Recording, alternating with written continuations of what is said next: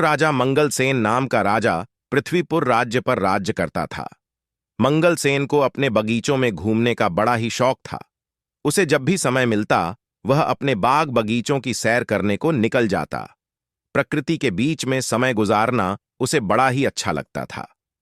एक दिन वह जब अपने शानदार बगीचे की सैर कर रहा था तो उसने देखा कि एक बारहसिंघा उसके बगीचों में घुस आया है और वह इधर उधर दौड़कर बगीचे में लगे हुए फूल पौधों को तहस नहस कर रहा था। राजा को अपने बगीचे के पौधे और फूलों से बहुत ही लगाव था। यह दृश्य देखकर राजा आग बबूला हो गया। राजा मंगलसेन ने तुरंत अपने सैनिकों को आवाज लगाई कि वह बारहसिंगा को पकड़े और राजा खुद भी बारहसिंगा का पीछा करते हुए दौड़ने लगा। बारहसिंगा बगीचे से बाहर आ गया और राजा ने भी उसके पीछे अपना घोड़ा दौड़ा दिया। मंगलसेन बारहसिंगा का पीछा करते करते अपने राज्य की अंतिम सीमा तक आ गया, परंतु वह बारहसिंगा को न पकड़ सका। उछलता कूदता बारहसिंगा उसकी आंखों से ओझल हो गया। अब राजा मंगलसेन थक चुका था, उसकी वहां से आगे जाने की इच्छा नहीं हुई, तो वह वहीं पर रुक गया। मौसम बहुत ही गर्म था और राजा को प्यास भी लगने लगी। उसने नहाने की सोची। जब वह नहा रहा था तो एक चोर उसका घोड़ा और कपड़े लेकर भाग गया। चोर अपने पुराने कपड़े वहीं पर फेंक गया। राजा के लिए अब बहुत ही खराब हालत हो गई थी। अब वह क्या करता कि अपने महल में वह वापस कैसे लौटे, क्योंकि बिना घोड़े और बिना कपड़ों के लोग उसकी हंसी उड़ाएंगे। राजा ने वहां पर पड़े हुए चोर के पुराने कपड़े पहन लिए और अपने पड़ोसी राज्य को घूमने के विचार से राज्य की सीमा को पार करके दूसरे राज्य में चला गया। बहुत दूर तक राजा मंगलसेन चोर के कपड़ों में घूमता रहा।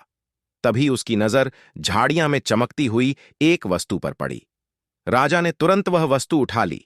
यह वस्तु चमकता हुआ एक मोतियों का हार था, वह भी बहुत ही कीमती मोतियों का हार। राजा सोचने लगा, भगवान का लाख लाख धन्यवाद, जो यह मोतियों का हार मुझे मिल गया। अब मैं अपने लिए नए कपड़े और एक घोड़ा खरीद सकता हूं। चलो चलकर इसे बाजार में बेचने की कोशिश करता हूं। चलते चलते वह पड़ोसी राज्य के बाजार में जा पहुंचा। वहां वह एक सुनार के पास गया और कहने लगा, सेठ जी, क्या तुम मुझसे एक मोतियों का हार खरीदोगे? मेरे पास बेचने के लिए एक कीमती हार है। मैं एक नदी पार कर रहा था तो मुझे वहां पर यह हार मिला। सुनार बोला, दिखाओ तो कैसा कीमती हार है। राजा मंगलसेन ने वह हार सुनार को दिखाया। हार को देखते ही सुनार चिल्ला पड़ा, अरे चोर, इसको तुमने कहां से चुराया? मैंने ऐसे ही 2 हार राजा साहब के लिए बनवाए थे, उसमें से एक पता नहीं कहां चला गया। जरूर तुमने ही यह चुराया होगा। चलो इसी समय राजा के दरबार में। मंगलसेन बोल, नहीं सेठ जी, ऐसी बातें मत करो, मैं चोर नहीं हूं। मुझे तो यह हार पड़ा हुआ मिला था। Long story in Hindi. परंतु सेठ ने उसकी एक न सुनी और तुरंत अपना नौकर भेजकर कोतवाल को बुला भेजा। मंगलसेन ने कोतवाल के सामने भी अपनी बेगुनाही की बात कही, मगर उसे पकड़ डडाच कर महाराज के सामने हाजिर कर दिया गया। जब मंगलसेन को महाराज के दरबार में लाया गया तो सुनार ने महाराज के सामने अपनी शिकायत रखी और मंगलसेन को चोर बताया। राजा ने मंगलसेन का पक्ष सुने बिना ही कहा, क्योंकि यह सुनार हमारे राज्य का एक सम्मानित व्यापारी है तो इसकी बात एकदम सच्ची मानी जाएगी, जबकि यह आदमी हमें कोई घुसपैठिया मालूम पड़ता है। इसीलिए इसे चोरी के अपराध में कारागार में डाल दिया जाए और ठीक 3 दिन के बाद इसके हाथ काट दिए जाएंगे। यही हमारे राज्य का कानून है। फैसला सुनकर मंगलसेन घबरा गया और दया की भीख मांगने लगा, परंतु किसी ने उसकी एक न सुनी और उसे कारागार में डाल दिया गया। इस राज्य का राजा जितना अन्यायी था, उसकी रानी उतनी ही दयालु थी।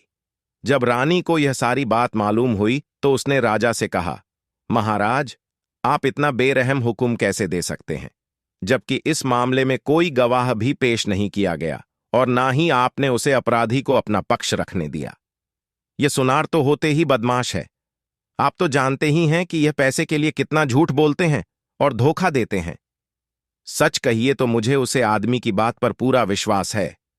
राजा ने उसे डांटते हुए कहा, जुबान संभाल कर बात करो। तुम्हें राजकाज के मामलों में दखल देने का कोई हक नहीं है। रानी बोली, मैं चुप नहीं रहूंगी। कुछ दिनों से मैं दरबार में आपका खराब व्यवहार देख रही हूं। आपके सलाहकार और मंत्री आपसे नाखुश हैं और आपकी जनता आपसे विद्रोह करने को तैयार है। अगर आप इसी रास्ते पर चलते रहें तो सारा राज्य बर्बाद हो जाएगा। रानी की बातें सुनकर महाराज का गुस्सा और भी भड़क गया, मानो आग में घी डाल दिया गया हो। उसने कहा, ठीक है, तुम्हें अगर उस आदमी से इतनी हमदर्दी है तो मैं तुम्हें उसी के पास पहुंचा देता हूं। राजा ने सैनिकों को आदेश दिया कि रानी को भी उसी चोर के साथ कैदखाने में डाल दिया जाए। सैनिक यह सुनकर चौंक पड़े। वह चाहते तो नहीं थे, परंतु राजा के हुक्म का पालन करना उनकी मजबूरी थी। सैनिकों ने रानी को मंगलसेन के साथ उसी कारागार में डाल दिया। मंगलसेन ने जब रानी को अपने कारागार में देखा तो आश्चर्यचकित रह गया। रानी ने उसे पूरी बात बताई। अब मंगलसेन और रानी दोनों को ही एक दूसरे से हमदर्दी हो गई थी। वह रात दोनों ने जाग कर बिताई। कारागार के कुछ सैनिक रानी के वफादार थे, जबकि वह महाराज से नाखुश थे। अगली रात रानी अपने वफादार सैनिकों की मदद से मंगलसेन को साथ लेकर कारागार से फरार हो गई। दोनों भागकर राज्य से दूर एक जंगल में जा पहुंचे और झोपड़ी बनाकर वहां रहने लगे। मंगलसेन को कारागार में बहुत ही यातनाएं दी गई थीं, जिसकी वजह से वह अस्वस्थ रहने लगा था। रानी ने उसकी बहुत ही सेवा की, जब तक कि मंगलसेन ठीक नहीं हो गया। जल्दी ही एक दिन की बात है, जब मंगलसेन की पत्नी जंगल में कुछ फल तोड़ने गई हुई थी तो उसका पति और बच्चा सोए हुए थे। अपने बच्चों को वह मंगलसेन के निगरानी में छोड़ गई थी। घुटनों के बल चलते चलते बच्चा नजदीक के ही एक कुएं के पास जा पहुंचा और कुएं में गिर गया। जब मंगलसेन की आंख खुली तो बच्चे को वहां न पाकर वह बहुत ही दुख हुआ। वह तो बिल्कुल पागल सा ही हो गया था और चिल्ला चिल्ला कर रोने लगा। कहने लगा, लगता है कि मेरे बच्चे को किसी जंगली जानवर ने खा लिया है। अब मैं क्या करूं? इसकी मां को मैं क्या मुंह दिखाऊंगा? शाम के समय जब उसकी पत्नी जंगल से लौटी तो यह जानकर वह भी दुखी हुई कि उसका बच्चा वहां पर नहीं था। पर वह एक बहुत ही बहादुर और समझदार स्त्री थी, इसीलिए उसने खुद भी धीरज रखा और अपने पति को भी समझाया कि हमारी किस्मत में ऐसा ही लिखा हुआ था। आप दुख मत कीजिए।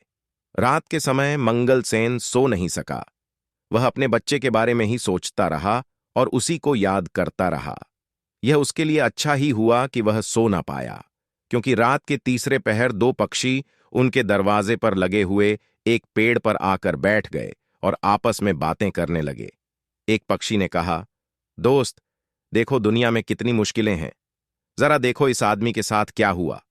इसको अपना देश छोड़ना पड़ा और बेचारा दूसरे देश में भिखारी की तरह रह रहा है, जहां उसकी बड़े अन्यायपूर्ण ढंग से सजा दी गई, और अब यह अपने सुंदर से बेटे के दुख में परेशान भी है। इसका बेटा कल दोपहर से ही इस कुएं में गिर गया था। दूसरा पक्षी बोला, इन बेचारे लोगों को क्या क्या परेशानियां उठानी पड़ी। क्या इनके लिए कुछ किया नहीं जा सकता? हां, किया जा सकता है। अगर मंगलसेन इस कुएं में कूद जाए तो वह आसानी से अपने बच्चों को बचा सकता हूं, क्योंकि वह बच्चा अभी भी कुएं में जिंदा है। राजा मंगलसेन ने उन दोनों पक्षियों की बातें सुनी तो उसे सुनकर बड़ा ही आश्चर्य हुआ और खुशी जैसे ही सुबह हुई। उसने अपनी पत्नी को जगाया और उसे रात वाली बात बताई और उसकी सलाह मांगी। रानी बोली, आप पक्षियों की बात मानकर कुएं में कूद जाइए। राजा इस समय कुएं में कूद गया और उसने अपने बच्चों की जान बचा ली। इस घटना के कुछ दिनों बाद जब मंगलसेन और रानी सो रहे थे तो अचानक कुछ आवाज सुनकर वे चौंक गए। बाहर देखा तो कुछ सैनिकों ने उन्हें घेर रखा था। वह भय के मारे कांपने लगे कि शत्रु राजा ने उन्हें फिर से पकड़ने के लिए सैनिक भेजे हैं। परंतु तभी मंगलसेन का एक पुराना मंत्री उसके सामने आया और अपने राजा को प्रणाम करते हुए कहा, महाराज, आखिर हमने आपको ढूंढ ही लिया। उसे देखकर मंगलसेन बहुत ही खुश हुआ। तब मंत्री ने बताया कि उसने अपने गुप्तचरों की सहायता से मंगलसेन को ढूंढने में सफलता पाया है। उसने यह भी बताया कि उसके राज्य की जनता बेसब्री से मंगलसेन का इंतजार कर रही है। अब राजा अपनी पत्नी और बच्चे के साथ अपने राज्य वापस चला गया। मंगलसेन फिर से अपनी राजगद्दी पर बैठ गया और पहले की तरह ही राज करने लगा। गद्दी पर बैठते ही मंगलसेन सबसे पहले यह काम किया। उसने अपनी सेना को लेकर उस राजा के ऊपर चढ़ाई कर दी जिसने उसके साथ बुरा व्यवहार किया था। इस युद्ध में मंगलसेन जीत गया और वह दूसरा राजा हार गया। शत्रु राजा मंगलसेन से दया की भीख मांगने लगा। शत्रु राजा ने बताया कि इन दुष्ट सुनार की वजह से उसने मंगलसेन के साथ ऐसा व्यवहार किया था। अब वह उसको जाते ही सजा देगा। शत्रु राजा को गिद्ध गिद्धाता हुआ देखकर मंगलसेन को उस पर दया आ गई। मंगलसेन ने उसे माफ कर दिया और उसे छोड़ दिया। उसके बाद सारे राज्य में शांति और खुशहाली फैल गई। मंगलसेन अब अपनी पत्नी और बच्चे के साथ एक खुशहाल जीवन बिताने लगा। सारी प्रजा अपने राजा के साथ साथ नई रानी और उसके बच्चे को पाकर भी बहुत प्रसन्न थी। आपको ये कहानी कैसी लगी? ये आप हमें कमेंट करके बता सकते हैं।